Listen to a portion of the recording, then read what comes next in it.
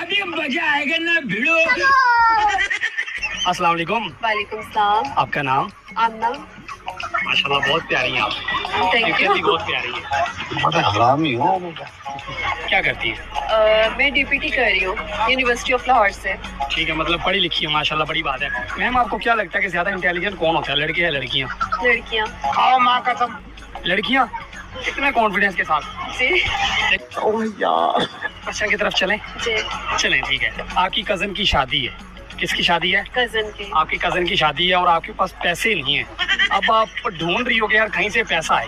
आपके पास कपड़ों के पैसे नहीं है, मेकअप के पैसे नहीं है, शॉपिंग करने के पैसे है ही नहीं। ठीक है, आप एक रास्ते पर जा रही हो। ठीक है, एक साइड पे 15 लाख रुपए पड़ा है, एक साइड पे सोने का हार पड़ा है, एक साइड पे कीमती मेकअप पड़ा, दुनिया का कीमती मेकअप, और एक साइड पर कीमती कपड़े पड़े हैं। तो अब आप इनमें क्या उठाएंगे?